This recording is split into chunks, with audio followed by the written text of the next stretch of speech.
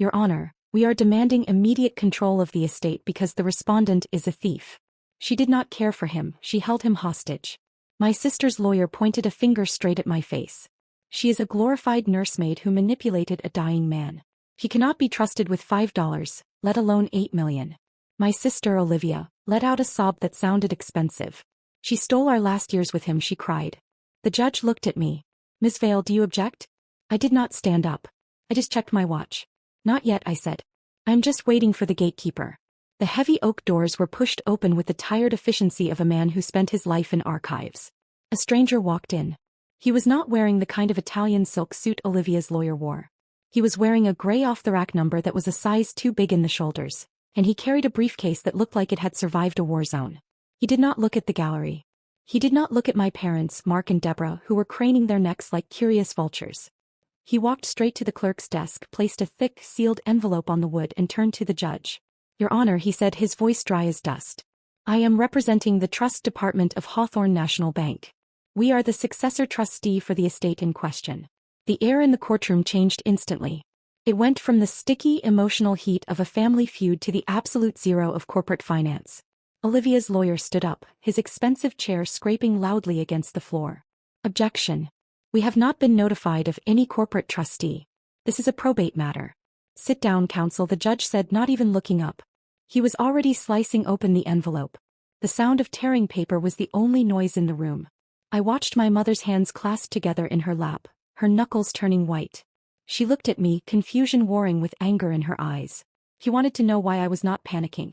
She wanted to see the fear she had planted in me since I was 14. But I was not afraid. I was the one who had driven Grandpa to the bank 3 years ago. I was the one who sat in the lobby while he signed the papers. I knew exactly what was in that envelope. The judge pulled out a document, scanning the header. Then he peered over his spectacles at Olivia. Miss Vale, the judge asked. Are you aware that your grandfather's assets were placed into an irrevocable trust prior to his death? He was confused, Olivia blurted out, her voice shrill. He did not know what he was doing. That is why we are here. The certification of trust says otherwise, the judge replied calmly. He turned a page. And it contains a very specific provision regarding legal challenges. He cleared his throat and read aloud. Article 9, Section C, the No Contest Clause. Any beneficiary who seeks to obtain an adjudication in any proceeding attacking the validity of this trust, or who challenges the competency of the grantor, shall immediately forfeit any and all interest in the trust estate, treating said beneficiary as if they had predeceased the grantor without issue. The silence that followed was heavy, suffocating. I looked at my father. Mark's mouth hung slightly open. He was a man who prided himself on intimidation. He bullied waiters. He bullied contractors. He bullied me. But he was staring at the man in the cheap suit with pure, unadulterated dread. You cannot bully a bank. You cannot gaslight a contract. Olivia's lawyer looked like he had just swallowed a lemon. He knew exactly what had just happened. By filing that emergency petition claiming Grandpa was incompetent and the estate was at risk, they had not just started a fight. They had pulled the pin on a grenade they were holding. Your Honor, the lawyer stammered, sweating now. We withdraw the motion.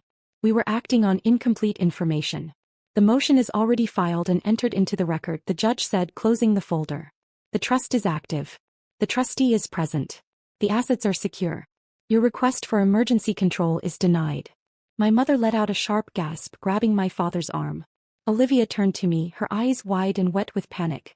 You knew, she hissed, loud enough for the bailiff to step forward. You let us do this.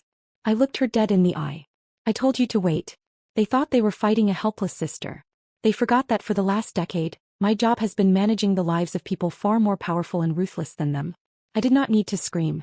I just needed to let them sign their names on the dotted line. The trap had snapped shut. And they were the ones who set the bait. The courtroom buzzed with the low, frantic energy of a hive kicked over. Olivia's lawyer was leaning over the table, whispering furiously to my parents. My mother, Deborah, looked like she was trying to shrink inside her morning coat. My father, Mark, just stared at the empty space where his millions used to be, his face a mask of sweating, red-faced disbelief. They looked terrified. For the first time in my life they looked small. I leaned back in the hard wooden chair and watched them unravel. It was fascinating, really. Like watching a building collapse in slow motion. You see the cracks before you hear the sound. And as I watched Mark wipe a line of sweat from his upper lip, the memory hit me. Hard. It was not a courtroom. It was a kitchen.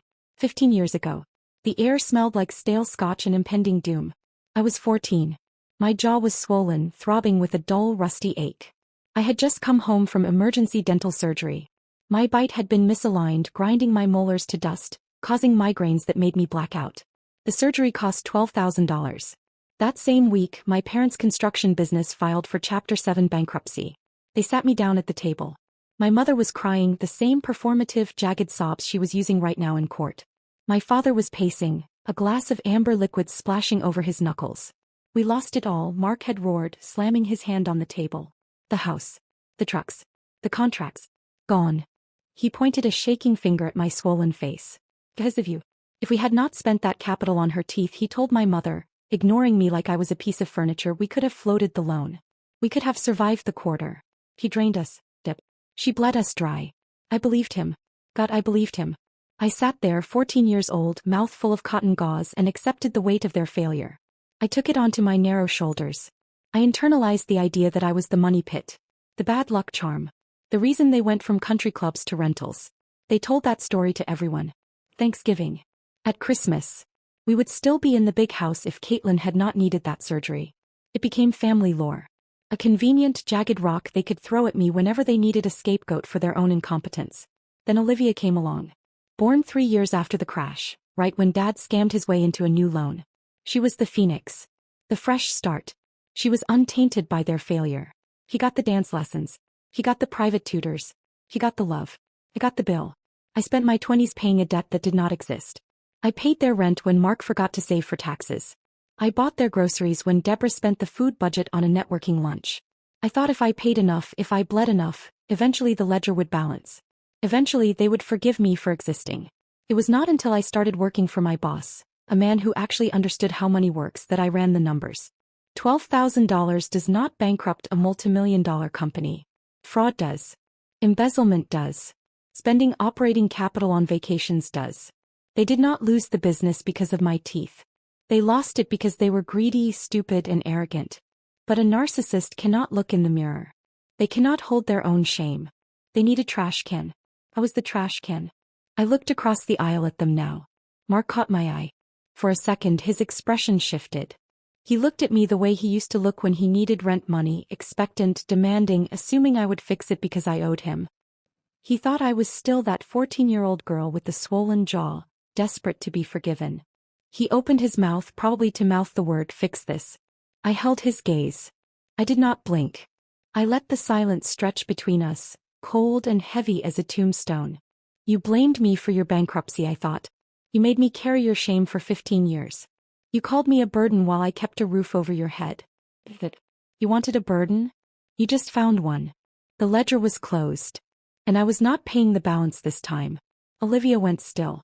The kind of stillness that happens right before a glass shatters. The judge had just told her that by filing this motion, she had effectively written herself out of the will. $8 million was evaporating in front of her eyes. I watched the realization hit her. It was not grief. It was the terrifying math of a lifestyle she could no longer afford. She stood up. Her hands gripped the table until her knuckles turned white. Then the tears came. Instant, flooding, racking sobs. It was a performance worthy of an Academy Award. He was not in his right mind, she wailed, turning to the gallery, then the judge. He made him do this. He brainwashed him. The judge frowned. Miss Vale, those are serious allegations. It is the truth. Olivia pointed a shaking finger at me. She isolated him. She cut the phone lines. He changed the locks. For 3 years we tried to see him and she treated him like a prisoner. That trust is not his will. It is hers. It was the nuclear option. Elder abuse. Undue influence. The magic words that freeze probate courts and launch investigations. My father, Mark, saw his opening. He jumped up, ignoring his lawyer's hand on his arm. It is true, Your Honor, Mark boomed, his voice thick with righteous indignation. She physically barred us from the property. Last Christmas Eve. We went there to give my father his presents.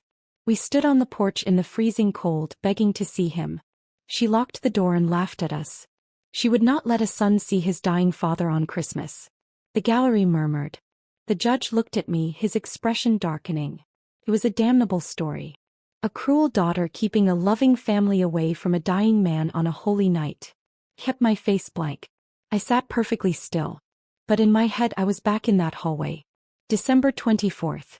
11:30 p.m. Grandpa was in the hospital bed in the living room. He was on high-flow oxygen, his lungs failing, his anxiety spiking every time a car drove past. I was measuring his morphine dose when the pounding started. It was not a knock. It was a fist hammering against the wood. I crept to the peephole. Mark and Deborah were there. They were wearing Santa hats and holding half-empty wine glasses. They were stumbling. They were not there to visit. They were there because they had left a party early and wanted to perform a family moment for their Instagram stories. "Open up, you little leech," Mark had screamed through the wood. "We know he is in there." Grandpa had gripped my wrist, his eyes wide with terror. "Do not let them in," he wheezed, his oxygen monitor beeping an alarm. "Please, Katie. I do not want them to see me like this. Do not let them in." I checked the deadbolt. I turned off the porch light. I sat on the floor by his bed and held his hand until the pounding stopped and their car peeled out of the driveway. That was their loving visit. A drunken raid in the middle of the night that nearly gave a dying man a heart attack. But in Mark's mind he was the victim. He believed his own lie. He genuinely remembered it as a rejection, not an assault. That is the thing about narcissists, they rewrite history to make themselves the hero of every tragedy. "Your Honor," Olivia's lawyer said, seizing the momentum. "If the decedent was isolated and coerced, the trust is invalid. We move to suspend the trustee's authority pending an investigation into elder abuse." The judge looked at me. "Ms. Vale, do you have a response to these claims?" My palms were sweating, but I kept my hands folded on the table. This was the moment. If I argued, it was my word against theirs. If I screamed, I looked unstable. I needed them to commit. I needed them to put it on the record under oath. I looked at the trustee. I gave him a single small nod. I stayed silent. "Counsel," the judge said, turning to the man in the cheap suit. "Does the trustee have any evidence regarding these allegations of isolation? Was the decedent prevented from communicating with his family?" The trustee did not rush. He opened his briefcase and pulled out a heavy leather-bound book. It was battered, the spine cracked from use. It was Grandpa's journal. "We do, Your Honor," the trustee said. "But it does not show that Ms. Vale isolated the decedent. It shows that the petitioners abandoned him." He walked to the clerk's desk and placed the journal on top of a stack of papers. "I am marking this as Exhibit B, the decedent's personal log, colloquially referred to as the rejection ledger. And I am pairing it with Exhibit C, 5 years of itemized AT&T cellular records for the account registered to the decedent." Olivia stopped crying. The sudden silence from her end of the table was more telling than her sobs had been. He stared at that book like it was a bomb. "State your case," the judge ordered. The trustee opened the book to a marked page. Entry dated March 12th. The petitioner Olivia Vale's birthday. He read Grandpa's handwriting, his voice void of emotion. "Called Lift to sing happy birthday. Sent to voicemail. No call back." Then he picked up the phone bill. AT&T record for March 12th. Outgoing call to the number ending in 4492. Duration for seconds. No incoming calls from that number for the remainder of the month. My mother winced. Olivia looked down at her hands. The trustee turned the page. Entry dated June 19th. Father's Day. He read from the journal. Waited for Mark. He said he would stop by after golf. Never showed. Caitlin made steak. He held up the phone bill. No incoming calls from Mark Vale on that date. One outgoing text from the decedent at 8 p.m. asking, "Are you coming?" No reply. It was a massacre. A slow, methodical dismantling of their entire reality. Every time they claimed they were busy, Grandpa had written it down. Every time they promised to visit and ghosted him, he documented it. The ledger was a timeline of their selfishness, written in the shaky hand of a man who just wanted to see his family. Mark's face was turning purple. "This is private," he sputtered. "You cannot read a dead man's diary. It is evidence of state of mind," the judge said coldly. "Sit down." The trustee flipped to the final marker. Entry dated December 24th. Christmas Eve. The room went deadly still. This was the night Mark had just testified about. The night he claimed I barred him from the house. The trustee read from the ledger. 11:45 p.m. Mark and Deborah arrived drunk, pounding on the door and shouting. It scared the decedent. His heart rate hit 160. Caitlin kept the door locked and he didn't want them to see him like that. He set the book down. AT&T records showed a 911 call at 11:48 p.m., initiated by the decedent but ended before connecting when the knocking stopped. In that moment, the loving son's story collapsed. The court didn't see victims. They saw a drunk man tormenting his dying father on Christmas. Mark shrank in his chair, exposed. The trustee summarized. Caitlin didn't isolate him. He protected him.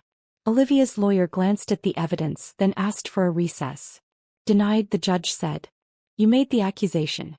You opened the door. Now we walk through it. He turned to me. Olivia claims Grandpa was incompetent when he signed the trust. Did I have a response? I nodded. It was time. Yes, Your Honor. I didn't just care for him, I managed him. And I knew this day would come. The lawyer lunged with objections. He was 89 on heavy pain meds, paranoid. A scribbled notebook isn't proof. It's decline. Olivia piled on. He mixed up names. Caitlin put a pen in his hand. The judge asked the trustee if the bank had capacity evidence. The trustee looked at me. My cue. I didn't tell him where to sign, I said. I managed his schedule. I managed his estate. And I knew the second he died you'd come for the money and call him crazy. I faced the judge. The morning the trust was amended, I scheduled 2 appointments before the bank. The trustee produced the file. Exhibit D, an affidavit of capacity signed by 2 forensic psychiatrists, completed 2 hours before the signing. Both found him oriented, lucid, and fully aware of his finances and family dynamics. The sessions were video recorded and the files were submitted to the court. In the recording, he plainly states he's protecting his legacy from Olivia's spending plans. Olivia went pale and screamed. Those doctors cost $5,000 a day. I couldn't afford them. I didn't pay them, I said calmly. I scheduled them. The trustee held up 2 canceled checks, paid from the decedent's account, signed by him, memo line. Capacity exam, cleared 3 months ago. Silence. The judge's voice dropped. Olivia's side had just sworn he was incompetent, yet the court now had video and expert testimony proving lucidity. That is perjury, the judge said. And since this petition sought to seize assets based on that lie, it's also attempted fraud. He dismissed the petition with prejudice, ordered a sanctions hearing, and ruled the no contest clause triggered. Olivia left with nothing. The gavel fell. Outside in the parking lot, my family looked wrecked beside their leased Mercedes. Mark tried to bargain. Appeals, family splitting the money. I stared at him and repeated his words back. Taken care of? Like when you put utilities in my name and ruined my credit. He pleaded about debts and losing the house. You were finished 15 years ago, I said. You just used me to keep the lights on. Olivia lunged and grabbed my arm. I didn't flinch. Let go, or I call the trustee and add assault to the list. I unlocked my car. My mother wailed that they had nothing. I started the engine and looked my father in the eye. You're right, Dad. You have nothing. But at least you don't have a burden anymore. I drove away. 3 weeks later, the trustee called. The transfer was complete. Liquid assets deposited, deeds recorded. The court entered the final order. Olivia was hit with $150,000 in legal fees and was heading for Chapter 7 bankruptcy. During discovery, auditors found discrepancies in my parents' business debt story. An IRS audit was underway. In Grandpa's quiet study, the battered leather ledger sat on the desk. The book that saved me. I read the last entry. He saw the truth, knew I was the only one who paid my dues, and wanted to protect me from the people who only saw a bank account.